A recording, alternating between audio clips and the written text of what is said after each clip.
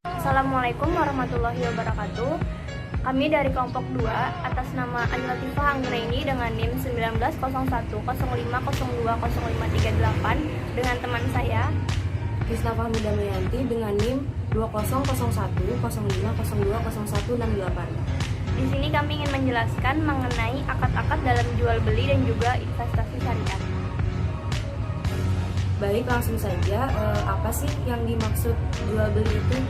Jual beli dalam Islam adalah pertukaran sebuah barang untuk mendapatkan barang lainnya atau mendapatkan kepemilikan dari suatu barang yang dibayar melalui suatu kompensasi atau cuan. Nah, di dalam jual beli biasanya ada syarat-syarat sah yang diharuskan untuk transaksi tersebut. Apa saja sih syarat-syarat sah itu? Syarat sah dalam akad jual beli yang pertama ada keikhlasan antara penjual dan pembeli, di mana dalam akad tersebut semua pihak yang terlibat baik penjual maupun pembeli harus ikhlas dalam melakukan transaksi. Wajib hukumnya untuk menegaskan bahwa tidak ada pihak yang terpaksa dalam aktivitas tersebut. Kalau ada salah satu pihak yang merasa tidak ikhlas, maka kegiatan jual beli dapat dianggap tidak sah.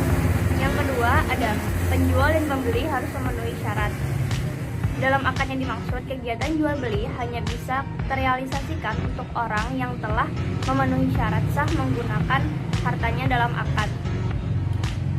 Kemudian apa aja sih akad yang digunakan dalam proses jual beli? Ada berbagai macam akad yang digunakan dalam proses jual beli. Yang pertama contohnya seperti akad musyarakah. Akad musyarakah ini dilakukan oleh dua pihak yang mengumpulkan modal bersama untuk usaha tertentu, di mana nantinya keuntungan dari usaha tersebut akan dibagi secara rata. Yang kedua contohnya ada akad wadiah. Akad wadiah dilaksanakan jika ada salah satu pihak yang menitipkan barang kepada pihak kedua, di mana akad ini seringkali dilakukan oleh perusahaan bank dalam produk rekening giro. Dan yang ketiga ada akad wakalah. Wakalah adalah mengikat antara perwakilan salah satu pihak dengan pihak yang lainnya.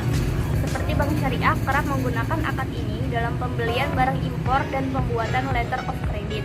Mungkin itu saja contoh-contoh dari akad-akad yang digunakan dalam jual beli. Selanjutnya kami ingin menjelaskan mengenai akad-akad dalam investasi syariah.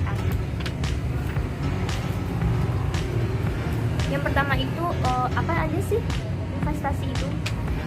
Investasi adalah suatu aktivitas menempatkan dana pada suatu periode tertentu dengan harapan penggunaan dana tersebut dapat menghasilkan keuntungan dan peningkatan nilai investasi. Apa aja produk-produk di dalam investasi itu? Beberapa kasus belakangan ini menimpa pada sejumlah usaha investasi yang mengatasnamakan investasi syariah.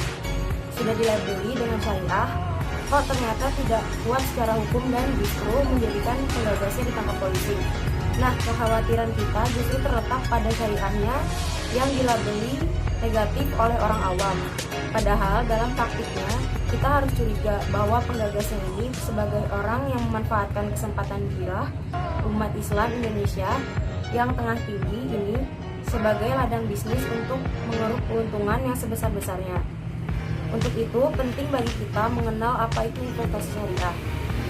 Nah, sebuah produk merupakan syarat terpenting bagi seorang individu muslim agar dirinya tidak tercebur dalam transaksi jahalah, yaitu transaksi yang tidak diketahuinya apakah termasuk transaksi riba atau tidak, termasuk transaksi goror atau penipuan atau tidak. Jika transaksi masuk kategori yang dilarang oleh syariat, maka sudah pasti di sana terdapat akad riba, goror, curang, dan doror atau merugikan. Sebagian diantaranya menyimpan unsur maisir atau untung-untungan dan menjanjikan bonus keuntungan yang tidak masuk akal, padahal tidak ada bentuk usaha atau amal yang dilakukan. Pendapatan seperti ini dikenal dengan istilah pendapatan pasif dan hukumnya adalah haram. Jadi bukan syariahnya yang salah, tapi pelakunya yang patut diteliti motifnya dalam mengatasnamakan aktivitas bisnis dengan label syariah. Selanjutnya, akad apa aja sih yang biasanya digunain dalam investasi syariah itu? Nah, pada dasarnya investasi syariah adalah upaya tanam modal dengan harapan mendapatkan keuntungan di masa mendatang. dengan pola bagi hasil dan pembagian kerja sesuai dengan prinsip syariah. Prinsip syariah yang dimaksud di sini adalah tidak adanya transaksi riba, jauh dari unsur doror, gam, maisir, dan jahalah. Biasanya akad ini dilabeli begitu saja dengan istilah qiran. Sementara itu, metode pelaksanaannya memakai wasilah syirkah atau kemitraan. Kemitraan yang pola geraknya bagaimana ini yang kemudian akan menjadi bahan dialektika pemikiran berikutnya.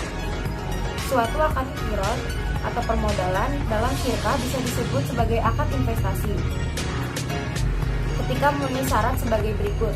Yang pertama, adanya ikatan kontrak atau perjanjian kapan kerjasama kedua pihak ini berakhir. Yang kedua, adanya lahan tempat menyalurkan kerja atau amal. Lahan ini sering dikenal dengan objek akad. Tanpa adanya lahan tempat menyalurkan kerja, maka suatu produk tidak dapat disebut investasi, bahkan mungkin akan lebih condong pada money game. Yang ketiga, ada bentuk capaian produk yang dikehendaki dan terukur secara jelas. Misalnya produk gelas, produk rumah, dan lain sebagainya. Yang keempat, adanya nisbah sebagai pembagian hasil keuntungan yang disepakati. Dalam akad musyarakah, misalnya nisbah dari hasil itu harus disepakati di awal atau sebagaimana urf yang berlaku di masyarakat setempat. Dan yang kelima, adanya dua pihak yang saling bekerja sama untuk memproduksi sesuatu. Salah satunya bertindak selaku pemilik modal atau rabbul mal, dan pihak yang lain berperan selaku amil atau pelaksana kontrak. Dan yang terakhir, pihak pemodal harus menyerahkan modalnya kepada mudharib atau pengelola sepenuhnya untuk dikelola dan ditasarufkan. Nah, ada juga objek investasi syariah.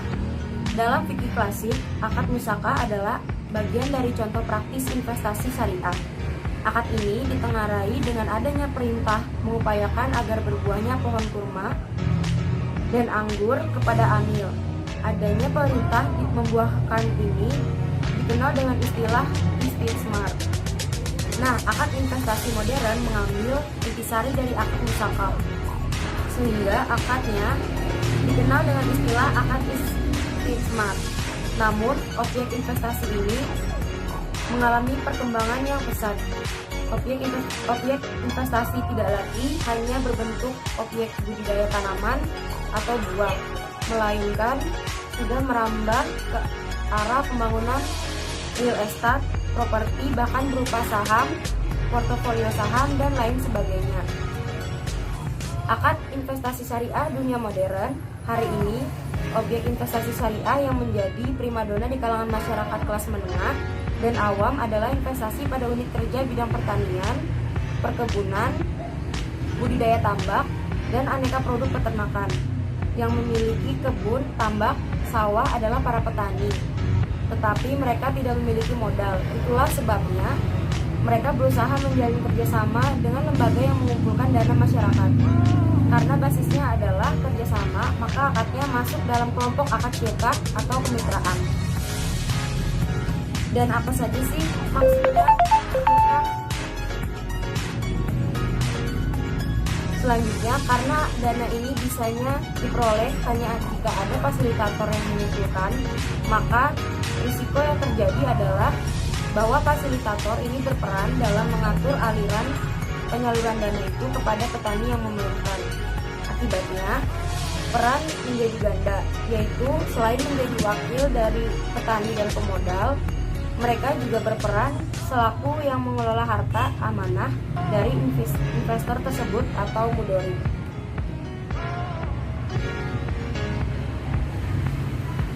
Alhasil, ada dua akad bagi hasil di sini. Dengan demikian, selain basis akad syirkah, ternyata juga ada akad mudharabah.